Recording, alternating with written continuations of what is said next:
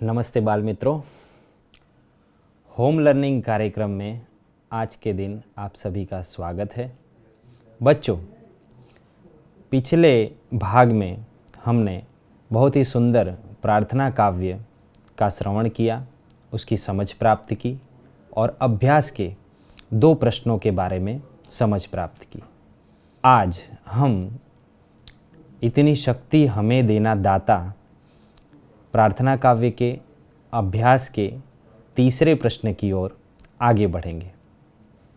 तो आइए बच्चों, हम समझेंगे और साथ साथ में आप सभी को अपनी पुस्तक को भी साथ में रखना है और जहाँ जहाँ आपको ज़रूरत लगे तो अपनी कॉपी में नोट करना है।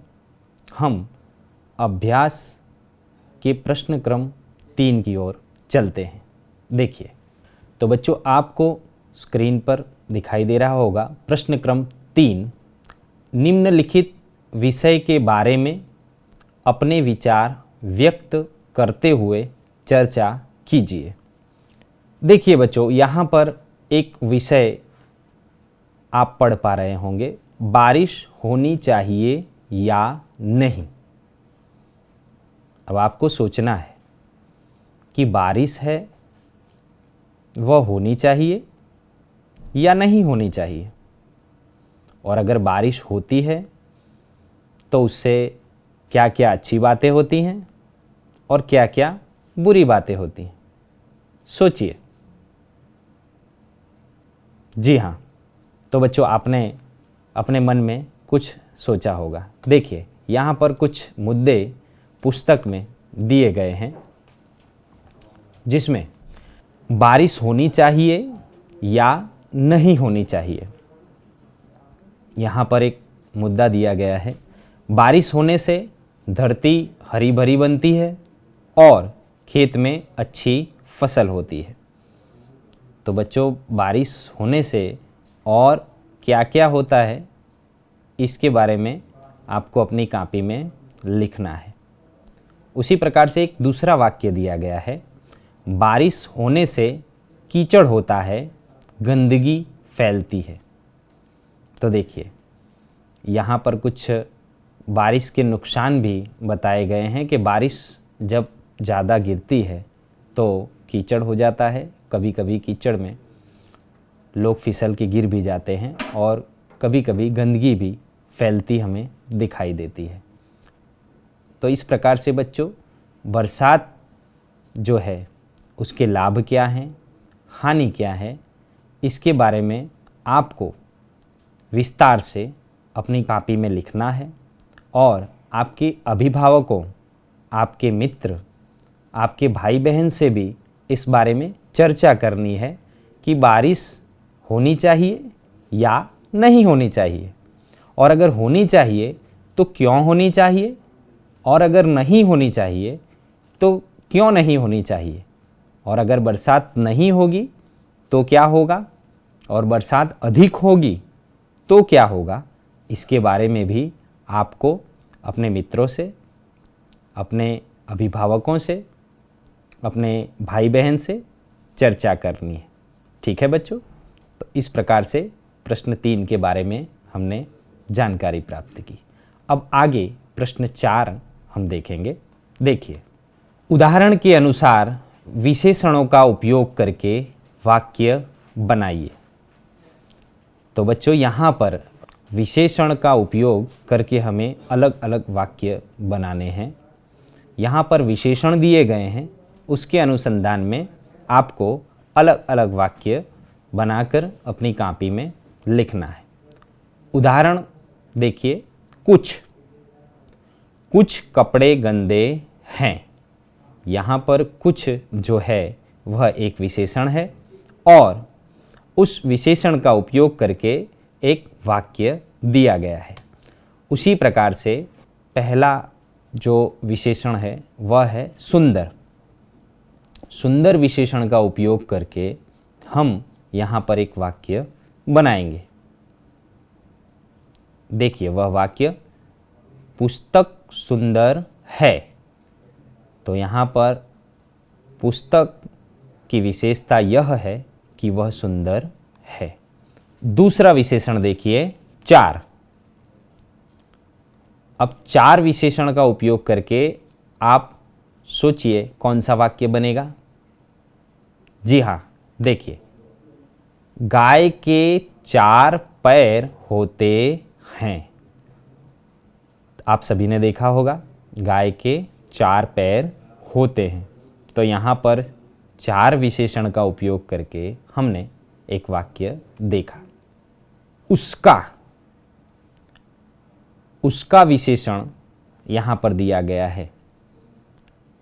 उसका विशेषण का उपयोग करके एक वाक्य हम देखते हैं। उसका घर बहुत दूर है। यहाँ पर उसका किसी भी व्यक्ति विशेष का उल्लेख करके बताया गया है कि उसका घर बहुत दूर है। तो इस प्रकार से उसका विशेषण का उपयोग वाक्य में हम कर सकते हैं। बच्चों, इन विशेषणों का उपयोग करके आप और अधिक भी वाक्य बना सकते हैं। इसी प्रकार से आगे देखेंगे। अगला विशेषण थोड़ा। जी हाँ, इस विशेषण का भी उपयोग आप अपने दैनिक जीवन में करते होंगे। थोड़ा, ज़्यादा, कम। तो सोचिए, थोड़ा विशेषण का उपयोग करके आप कौन सा वाक्य बनाएंगे? हाँ जी, ज़रूर। आपने अपने मन में सोच लिया होगा कि थोड़ा विशेषण का उपयोग करके मैं ये वाक्य बना सकता हूँ। देखिए, मुझे थोड़ा पानी देना। तो यहाँ पर थोड़ा विशेषण का उपयोग करके एक वाक्य है, मुझे थोड़ा पानी देना। अगला विशेषण लाल। जी हाँ, यह एक रंग का नाम है, लाल। आप सभी जानते हैं कि रंग अनेकों प्रकार के हैं, और पर यहाँ पर मात्र लाल रंग की बात की गई है, इसीलिए यह विशेषण विशेष है। अब लाल विशेषण का उपयोग करके एक सुंदर सा वाक्य बनाइए बाल मित्रों। जी हाँ, देखिए, यहाँ पर हमने एक वाक्य बनाया है, आलोक को लाल रंग पसंद है। यहाँ पर आलोक की पसंद जो है वह लाल रंग की है। तो लाल रंग विशेषण जो है उसका उपयोग यहाँ पर किया गया है। इसी प्रकार से अगला विशेषण देखेंगे, तीसरा। यह विशेषण भी आप दैनिक जीवन में उपयोग करते होंगे। क्रम की बात की गई है। तीसरा विशेषण का उपयोग करके एक वाक्य हम देखेंगे, हितेश को वार्षिक परीक्षा में तीसरा क्रम मिला है। तीसरा जो है वह विशेषण है। हितेश को वार्षिक परीक्षा में तीसरा क्रम मिला है। तो इस प्रकार से तीसरा विशेषण का उपयोग करते हुए यह वाक्य हमने बनाया है। इसके अलावा आप और भी वाक्य बना सकते हैं। अगला विशेषण है 15। जी हाँ, जब आप गिनती बोलते होंगे तब इस संख्या को बोलते होंगे। 15 जो शब्द है उसका विशेषण के रूप में उपयोग करके एक सुंदर सा वाक्य बनाना है। सोचिए। जी हाँ, देखिए, एक वाक्य यहाँ पर हमने बनाया है, 15 अगस्त हमारा राष्ट्रीय त्यौहार है। जी हाँ बच्चों, हम सभी राष्ट्रीय त्यौहार मनाते हैं। तो 15 अगस्त हमारा राष्ट्रीय त्यौहार है। तो यहाँ पर 15 जो है विशेषण है, उसके अनुसंधान में ये वाक्य हमने यहाँ पर बनाया है। तो बच्चों, इस प्रकार से अलग अलग विशेषणों का उपयोग हम वाक्य में किस तरह से कर सकते हैं, उसके बारे में हमने जानकारी प्राप्त की है। इसी प्रकार से और विशेषण वो आपको अपनी पुस्तक में से खोजना है और उन विशेषणों का उपयोग करके आपको अपनी कॉपी में वाक्य बनाकर लिखना है। ठीक है बच्चों? देखिए, अब अगले प्रश्न की ओर हम आगे चलते हैं। देखिए बच्चों, आप स्क्रीन पर देख पा रहे होंगे प्रश्न 5, संयुक्ताक्षर से शब्द बनाकर वाक्य में प्रयोग कीजिए। आपकी पुस्तक की छवि आप स्क्रीन पर देख पा रहे होंगे। संयुक्ताक्षर से शब्द बनाकर वाक्य में प्रयोग करना है। उसका उदाहरण यहाँ पर दिया गया है। क प्लस क बराबर क, उससे एक शब्द बना है धक्का। उसने मुझे धक्का मारा। तो बच्चों यहाँ पर संयुक्ताक्षर क का उपयोग करके धक्का शब्द बना और धक्का शब्द का उपयोग करके एक वाक्य बनाया गया है, उसने मुझे धक्का मारा। अब आप सभी को स्वमूल्यांकन के लिए आगे दिए गए 8 संयुक्ताक्षर का उपयोग करके एक शब्द बनाना है और शब्द के अनुसंधान में एक वाक्य बनाना है। और ये आप सभी को खुद ही यह करना है, आपको किसी की मदद नहीं लेनी है। अपनी बुद्धि से, अपनी जानकारी के अनुसंधान में आपको अपने मन से आपको उचित लगे उस प्रकार का आप शब्द बनाइए और उस शब्द के अनुसंधान में एक वाक्य बनाना है। तो बच्चों आगे अगले प्रश्न की ओर अब हम आगे बढ़ते हैं।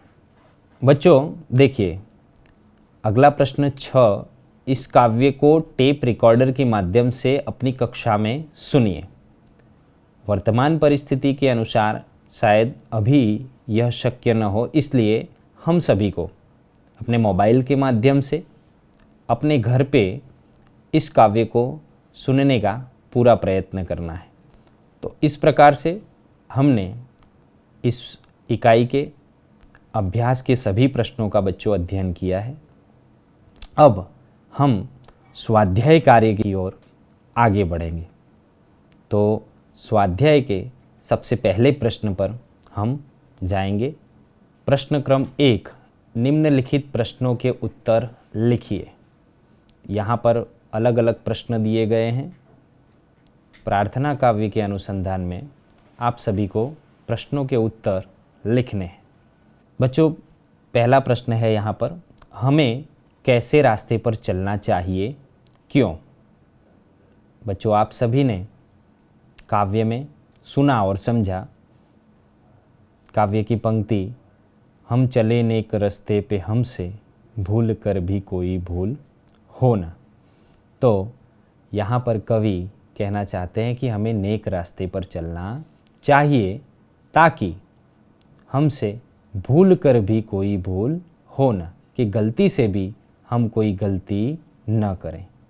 ठीक है, अगला प्रश्न देखेंगे, आने वाला कल कैसा होगा?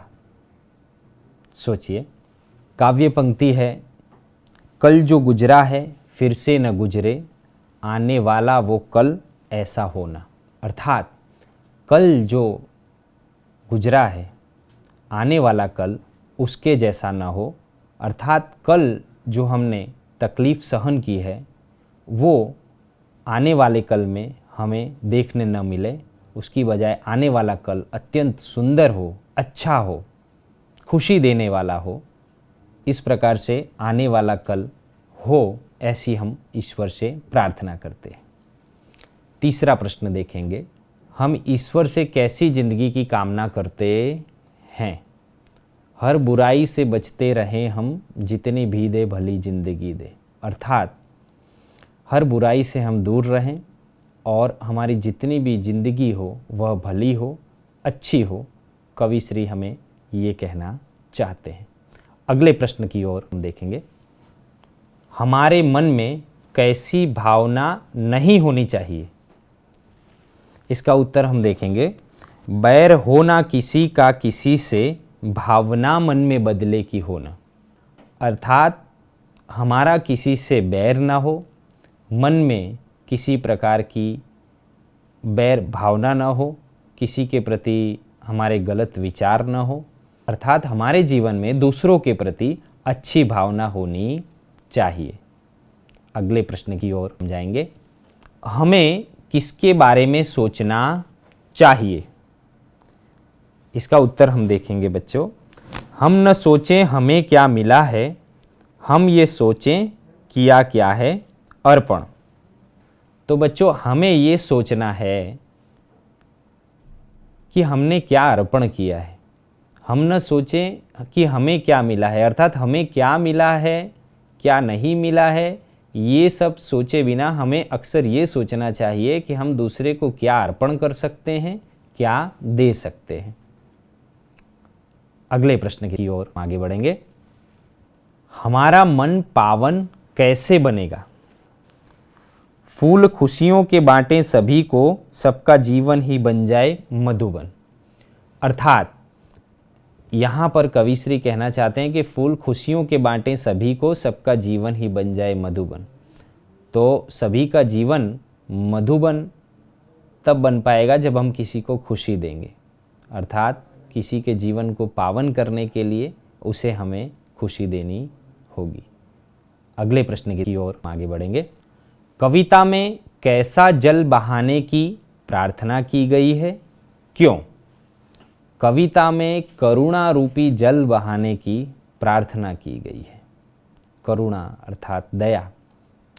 हमें एक दूसरे के साथ ऐसा करुणामयी व्यवहार रखना है कि जिससे हम एक दूसरे को समझ पाएँ, एक दूसरे के सुख दुख को समझ पाएँ।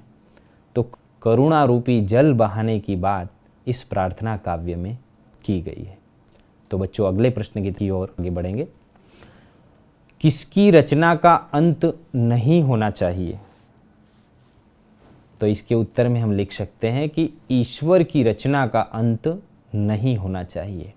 ईश्वर ने इतनी सुंदर सृष्टि बनाई है, हम सभी सौभाग्यशाली हैं कि ईश्वर की इस सुंदर सृष्टि के एक अभिन्न अंग हैं। इस सुंदर सृष्टि की रचना का अंत कभी नहीं होना चाहिए। तो बच्चों इस प्रकार से हमने स्वाध्याय के प्रश्न क्रम 1 के सभी प्रश्नों के उत्तर के बारे में चर्चा की है। आप सभी को अपनी कॉपी में इन प्रश्नों के उत्तर को लिखना है और उन्हें याद करना है। ठीक है बच्चों, अब अगले प्रश्न की ओर हम आगे बढ़ते हैं।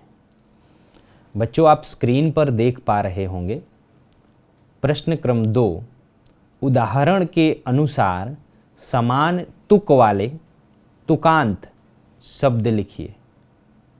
तो हम उदाहरण देखेंगे।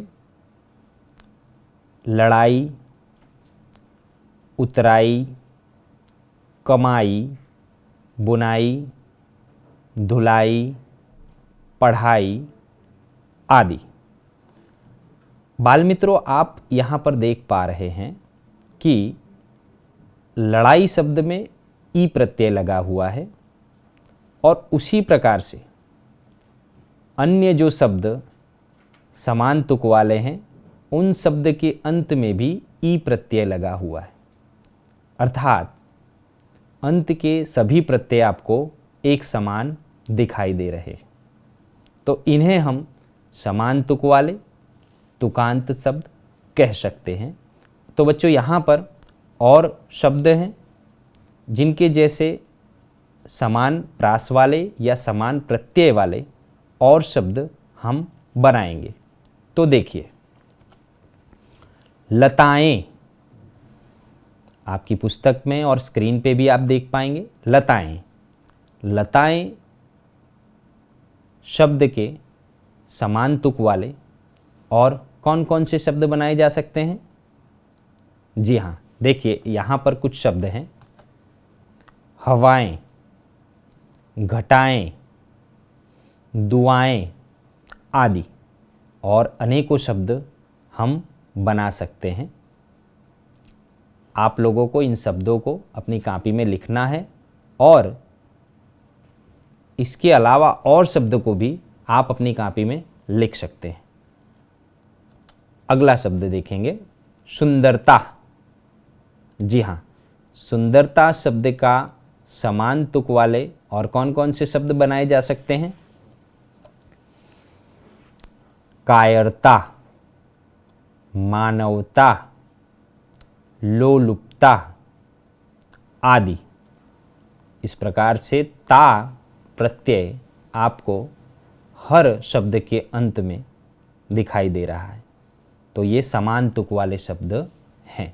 इस प्रकार से, और तुकांत शब्दों का भी उपयोग आप कर सकते हैं। तीसरा शब्द है ग्वालिन। जी हाँ, ग्वालिन। ग्वालिन शब्द के समान तुक वाले शब्द कौन कौन से होंगे, हम यहाँ पर देखते हैं। मालिन, तेलिन, दर्जिन आदि। तो इस प्रकार से ग्वालिन जो शब्द है उसके समान तुक वाले 3 शब्द हमने देखे, उसके अलावा और भी शब्द आप लिख सकते हैं। आगे देखते हैं। लिखावट। लिखावट शब्द के समान तुक वाले शब्द, सोचिए। जी हाँ, आपने अब जरूर इसके उत्तर ढूंढ लिए होंगे। देखते हैं। देखिए, लिखावट शब्द के समान तुक वाले कुछ शब्द, जिसमें सिलावट, बनावट, सजावट आदि।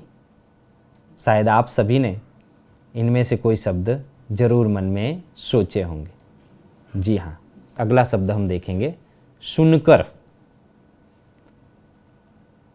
सोचिए, सुनकर शब्द के समान तुक वाले कौन कौन से शब्द हम बना सकते हैं। जी हाँ, जरूर। इस बार तो आपने बिल्कुल सही उत्तर खोज लिए होंगे।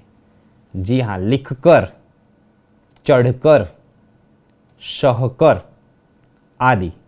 यहाँ पर कर प्रत्यय अंत में आपको सभी शब्दों के अंत में दिखाई दे रहा होगा।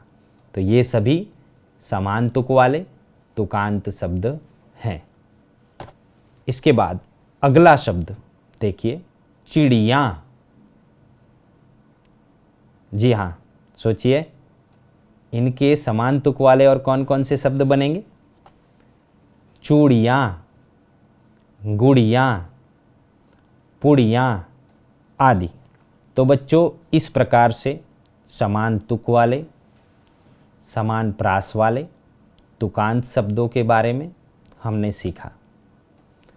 यहाँ पर जो शब्द दिए गए हैं उसके अलावा और शब्द और उन शब्दों के तुकांत शब्द या समान तुक वाले शब्द आप अपनी कॉपी में लिख सकते हैं और उन शब्दों का उपयोग करके वाक्य भी बना सकते हैं। अब हम आगे बढ़ते हैं। देखिए, आपको स्क्रीन पर एक बहुत ही सुंदर चित्र दिखाऊंगा मैं।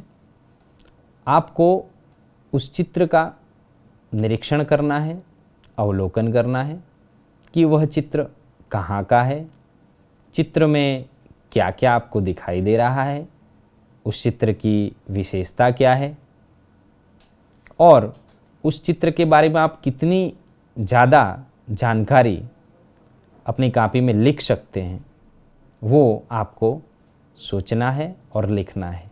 तो आइए सबसे पहले एक सुंदर चित्र को देखेंगे। ठीक है बच्चों, देखिए बच्चों, आपको स्क्रीन पर एक बहुत ही सुंदर चित्र दिखाई दे रहा है ना। जी हाँ, चित्र आपको अच्छा भी लग रहा होगा। इस चित्र में हमें कुछ लोग दिखाई दे रहे हैं, कुछ प्राणी दिखाई दे रहे हैं, कुदरती वस्तुएं, बहुत सी चीज़ें दिखाई दे रही हैं। जी हाँ, सोचिए और आप उसे कैसे लिखेंगे। आपको अपनी कॉपी में लिखना है कि इस चित्र में हमें क्या क्या दिखाई दे रहा है।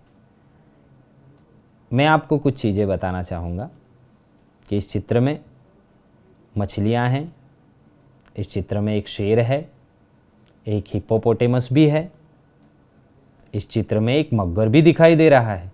दिखाई दिया आपको? जी हाँ, देखिए उसने किस तरह मुंह खोल रखा है। आप डरिएगा नहीं, ठीक है? जी हाँ, देखिए चित्र में एक बतख भी दिखाई दे रहा है और नदी के किनारे 2 बच्चे खेल रहे हैं। आपको खेलना पसंद है ना बच्चों? जी हाँ, आप ही के जैसे 2 बच्चे नदी के किनारे खेल रहे हैं। दो पुरुष और एक स्त्री नदी के किनारे टहल रहे हैं। उनके पीछे एक बहुत ही सुंदर मंदिर है।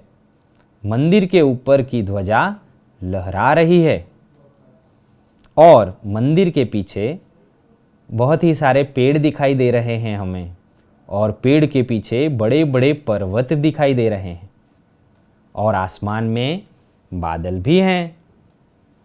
तो इस प्रकार से बच्चों, इस चित्र में बहुत सी चीज़ें हैं।